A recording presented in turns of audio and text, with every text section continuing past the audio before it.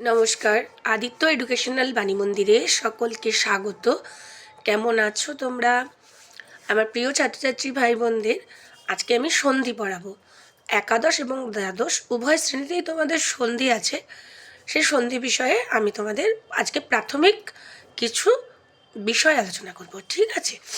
প্রথমে আমাদের জানতে হবে সন্ধি কাকে বলে। সন্ধি কাকে বলে বলছে, দুটো বর্ণ যখন পরস্পর কাছাকাছি আসে, অত্যন্ত নিকটবর্তী হয়, সেই সময় দুটো বর্ণকে মিলিয়ে দিতে হয়। এই যে দুটো বর্ণের মিলন, একে সন্ধি বলে। যেমন একটা উদাহরণ দিই, বিদ্যা আলয়, বিদ্যা যুক্ত আলয় বিদ্যালয়।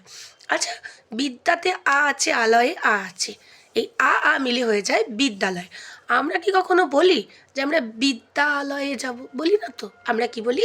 দুটোকে জুড়ে দিয়ে বলি বিদ্যালয়ে যাব, তাই না? আমরা কি বলি আকাশে শশাঙ্ক দেখা যাচ্ছে? শশাঙ্ক মানে চাঁদ।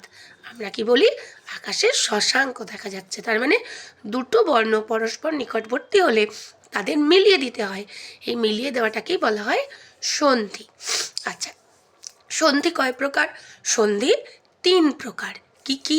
স্বরসন্ধি, ব্যঞ্জন সন্ধি, বিসর্গ সন্ধি। স্বরসন্ধি কাকে বলে? স্বরবর্ণ তোমরা জানো, অ আ হ্রস্বই দীর্ঘই হ্রস্ব দীর্ঘ রি এ ওই ও ঔ, এরা হলো স্বরবর্ণ। আর ক খ গ ঘ ঙ এগুলো হলো ব্যঞ্জন বর্ণ। স্বরবর্ণের সঙ্গে স্বরবর্ণের মিলনকে স্বরসন্ধি বলে। যেমন বিদ্যা আ আছে, আটা স্বরবর্ণ, আলয় আ আছে, আ স্বরবর্ণ। তাই স্বরবর্ণের সঙ্গে স্বরবর্ণের যে মিলন, তাকে স্বরসন্ধি বলে। ব্যঞ্জন সন্ধি কাকে বলে?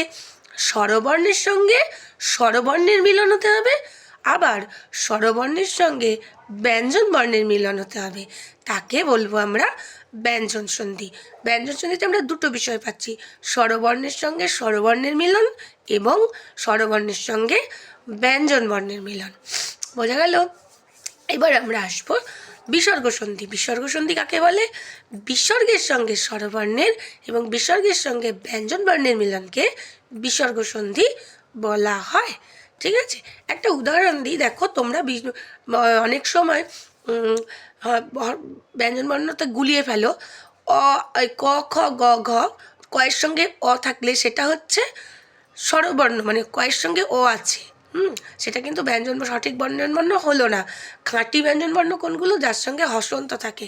যেমন কয় হসন্ত যুক্ত অ, তখন কয় হসন্তটা হয়ে যায় খাঁটি ব্যঞ্জন বর্ণ। মনে থাকবে? আচ্ছা, আগামী দিনে আমি তোমাদের কোথায় কোথায় সন্ধি অবশ্য কর্তব্য সেটা পড়াবো, সন্ধির সূত্র